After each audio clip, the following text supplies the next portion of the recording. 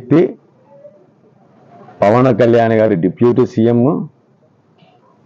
మన కష్టాలు తీర్చే దేవుడు ఎవరైనా ఉన్నాడంటే పవన్ కళ్యాణ్ గారు. ఆయన అంతటా అదని మీరు అడగకుండానే ఆయన మీరు కష్టాలు తీసుకురండి అని చెప్పారంటే ఆయన వ్యక్తిత్వం చూసుకోండి. అటువంటి వ్యక్తిని సినిమాని ఆపడానికి మీరు కుట్రలు ఎన్ని పన్ని ఆయన ఇచ్చిన వార్నింగ్కి తిరిగి ఇలా చేయడం ఎంతవరకు కరెక్ట్? ఆరోపణలు అని చెప్పి లేఖలో పేర్కొన్నారు. అందులో సత్యమా అసత్యమా అనేది మిమ్మల్ని చెప్పుకోమన్నారు. ఎందుకంటే సస్పెండ్ చేశారు కానీ పూర్తిగా సస్పెండ్ చేయలేదు అని క్వశ్చన్ మార్క్ పెట్టండి. అందులో సత్యమా అసత్యమా మీరే దాన్ని ఏకీభవిస్తారా? అది ఎలా వెళ్తారు? పార్టీకి ఏం చెప్పదలుచుకున్నారు? ఇప్పుడు ఎంత మొత్తం అంతా కూడా మీడియా చెప్పారు కదా, పార్టీకి ఏం చెప్పదలుచుకుంది? సత్యం మీడియా ద్వారా చెప్తారా? ఏంటి 100% అసత్యం అండి. ఇప్పుడు ఇదంతా తెలిసిందంతా మీరంతా చూస్తున్నారు కదా, ఇందులో డేట్లతో సైతంగా ఉన్నాయి. ఇదంతా చూడండి. ఏంటి ప్రొడ్యూసర్ మీటింగ్ కూడా చూడండి 19. ఏంటి 19వ తారీఖున ఛాంబర్ సెక్రటరీ గారు లెటర్ కూడా చూడండి. ఇవన్నీ మీకు ప్రూఫ్లు ఇవన్నీ చూడండి.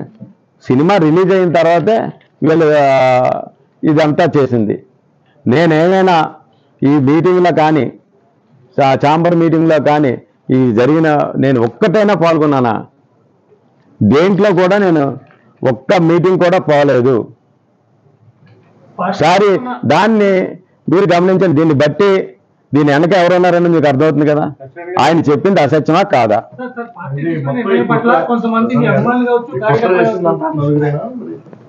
100% అండి. కుట్ర చేసింది అంటే మీకు అర్థమవుతుంది కదా. ఎప్పుడో మే నెల 27, 2024లో తీసుకున్న నిర్ణయాన్ని అది ఇలా సినిమాలు ఉన్నాయని ఆ నిర్ణయాన్ని తొంగలో తొక్కేసి ఈరోజు పెద్ద సినిమాలు ఉన్నాయని జూన్ 1 నుంచి అమలు చేయడానికి వీళ్ళు ఎంత కుట్రలు పన్నారో మీకు అర్థమవుతుందా? చూడండి. వాళ్ళ తమ్ముడు మాట ఆన్ ద రికార్డు చూడండి. బొందని పెట్టింది అతను. ఆ స్క్రోలింగ్ చేసినప్పుడేమో ఈ సోకాలు సురేష్ బాబు కానీ దిల్ రాజు గారు కానీ సునీల్ కానీ ఎవరన్నా ఖండించారా? ఎవరో ఖండించలేదు కదా.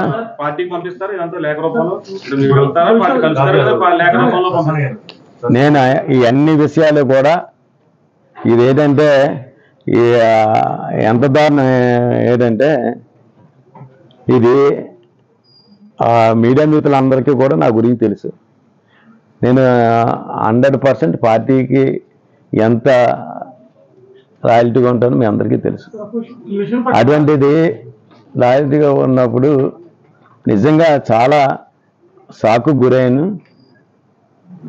కానీ అందులో మా దేవుడు అందులో చిన్న మ్యాటర్ ఇది సత్యమా అసత్యమా అని నాకు అవకాశం ఇచ్చారు. దాన్ని బట్టి పార్టీ నా మీద ఏ విధంగా మీరు అర్థం చేసుకోండి. ఇవన్నీ కూడా మీకు ఎలాగైతే ఏమని చెప్పానో ఇవన్నీ కూడా నా దేవుడు నాకు అవకాశం ఇచ్చాడు. నాకు ఎట్టి పరిస్థితుల్లో కూడా నేను నిజమా అసత్యమని అని చెప్పారు. మీకు అంతా దిల్రాజుదంతా మొత్తం అంతా చెప్పాం. ఇది అసత్యమని నా మీద మోపింది అందరికీ తెలుసు. దీన్ని ఇవన్నీ కూడా మీరందరూ ఎలాగా తీసుకెళ్తారు. నేను పర్సనల్గా మొత్తం ఏం జరిగింది ఏంటని మొత్తం అంతా కూడా నేను పార్టీ ఆఫీస్కి తెలియజేస్తాను.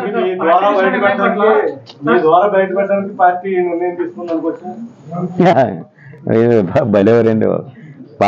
అలా కాదు, పార్టీ నిర్ణయం అన్నది పార్టీ నిర్ణయం ఒకసారి గమనించండి. నీతి నిజాయితీకి మారిపోయారు జనసేన పార్టీ పవన్ కళ్యాణ్ గారు. కానీ అసలు అతను మనవడైనా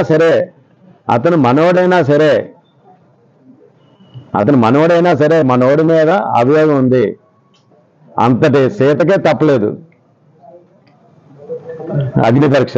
అలాగే మనవడైనా సరే అంతటి రాముడే దేవుడు సీతకి అగ్ని పరీక్ష పెట్టాడు. అలాగే నా దేవుడు నాకు అగ్ని పరీక్షను పెట్టాడు. దాన్ని నేను మీ అందరి ద్వారా కూడా తెలియజేస్తున్నాను. పార్టీ నిర్ణయం పట్ల కొంతమంది అభిమానులు కావచ్చు, కార్యకర్తలు కావచ్చు, ఈ నిర్ణయం సరైనది కాదు అన్నారు. మరి వాళ్ళకి ఏం చెప్తారు? ఏంటి అలా కాదండి.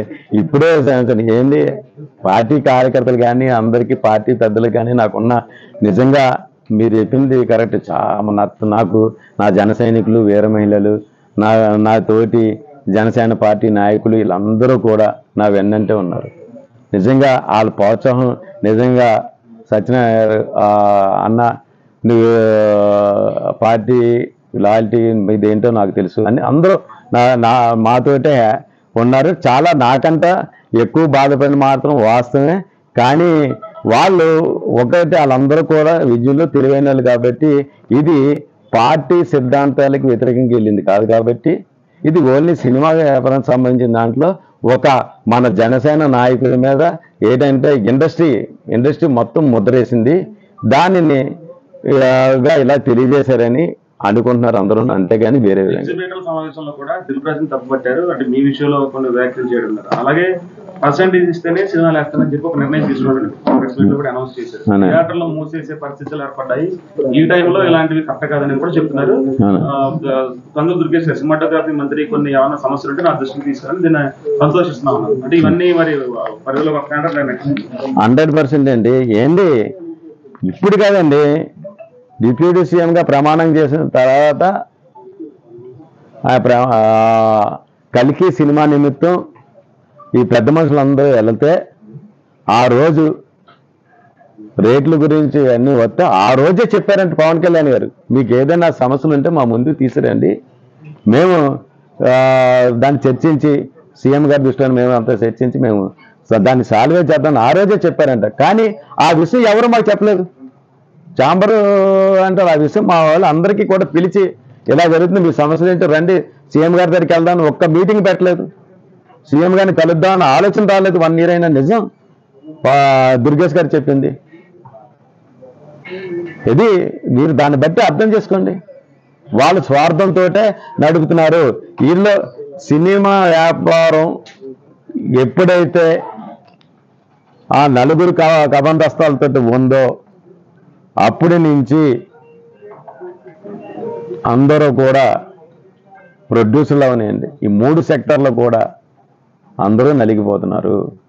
వాళ్ళు కరెక్ట్గా ఈరోజు నిన్న పవన్ కళ్యాణ్ కరెక్ట్ నిర్ణయం తీసుకున్నారు. ఇప్పుడు ఈ సోకాల్ పెద్ద మనుషులు ఎవరు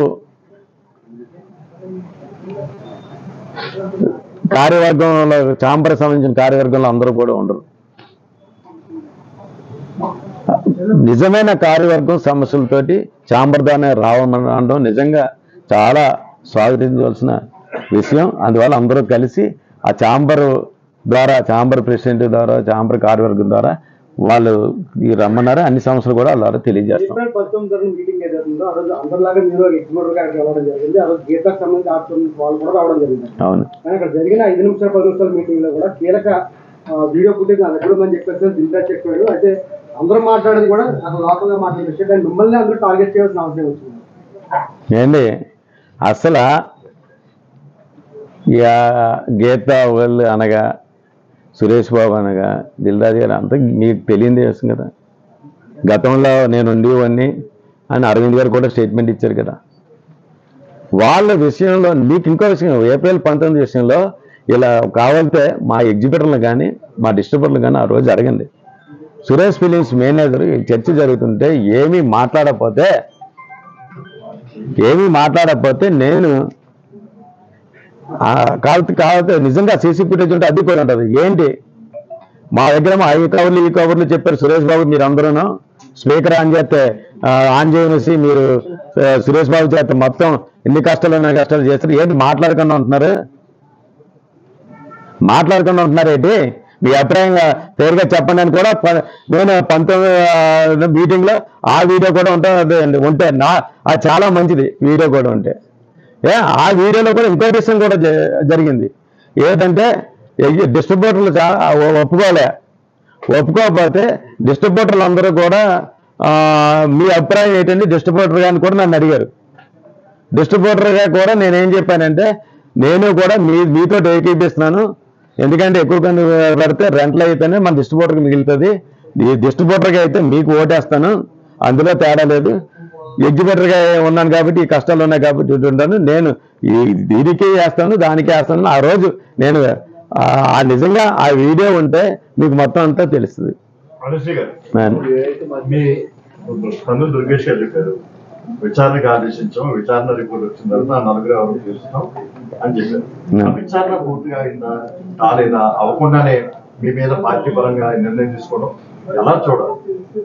పార్టీ పార్టీ పరంగా ఎలా చూడాలి సార్? పార్టీ పరంగా మీరు చూసేది కాదు సార్. ఇది ఒక పార్టీ నాయకుడిని అభియోగం మోపారు. ఇప్పుడు ఏదైనా చిన్నది ఎగ్జాంపుల్ సార్, మీకు ఆల్రెడీ అందరికీ తెలిసిన విషయం, ఒక ఐఏఎస్ ఆఫీసర్ కానీ ఏ ఆఫీసులో అయినా సరే అతని మీద ఒక అభియోగం వచ్చిందంటే ముందు అతన్ని పదవుల నుంచి బాధ్యతల నుంచి తగ్గించి అలా కాదండి. నేను చెప్పేది వినండి సార్. ఆ నలుగురు కాదు, నా గురించి చెప్పారు అడిగారు మీరు, నేను నా గురించి చెప్తున్నాను. దానికోసం అలాగా చేశారు. కానీ మీరు ఆ నలుగురు గురించి 100% నేను నా దగ్గర అన్ని ఆధారాలు ఉన్నాయి. మొత్తం ఛాంబర్లో గవర్నమెంట్ సీసీ ఫుటేజీలు తీస్తే ఛాంబర్లో ఈ వాడి వేడి చర్చల్లో దిల్రాజు గారు, సురేష్ బాబు ఉన్నారా, శిరీష్ రెడ్డి ఏం మాట్లాడాడు, అన్నీ కూడా తెలిస్తే 100% హోంశాఖ నేను కూడా అదే కోరుతున్నాను సార్. మీరు ఆ సీసీ ఫుటేజీలు తెప్పించుకోండి, అందులో నేను ఉన్నానేమో చూడండి. నేను ఎట్టి పరిస్థితుల్లో కూడా ఛాంబర్ మీటింగ్కి వెళ్ళలేదు. ఎప్పుడైతే ఏప్రిల్ 17వ తారీఖున అనౌన్స్ చేశారో పవన్ కళ్యాణ్ గారి సినిమా, అప్పటి నుంచి నేను దీనికి దూరంగా ఉన్నాను. దీని నుంచి అన్న కాదు, అప్పటి నుంచి చూడండి. అది